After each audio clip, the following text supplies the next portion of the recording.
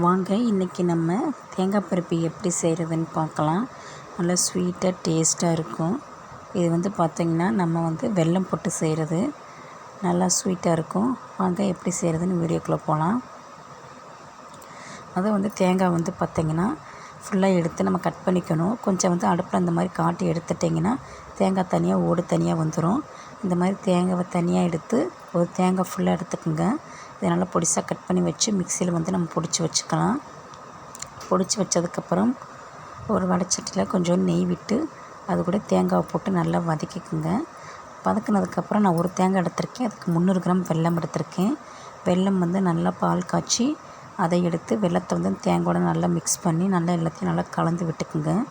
இது கூடவே ஏலக்காய் பொடியும் சேர்த்துக்குங்க. ஏலக்காய் பொடி சேர்த்து நல்லா கலந்து விட்டுட்டு ஒரு பிளேட்டில் நம்ம நெய் தடவி அதில் ஊற்றி ஆற வச்சு கட் பண்ணால் தேங்காய் பருப்பி ரெடி.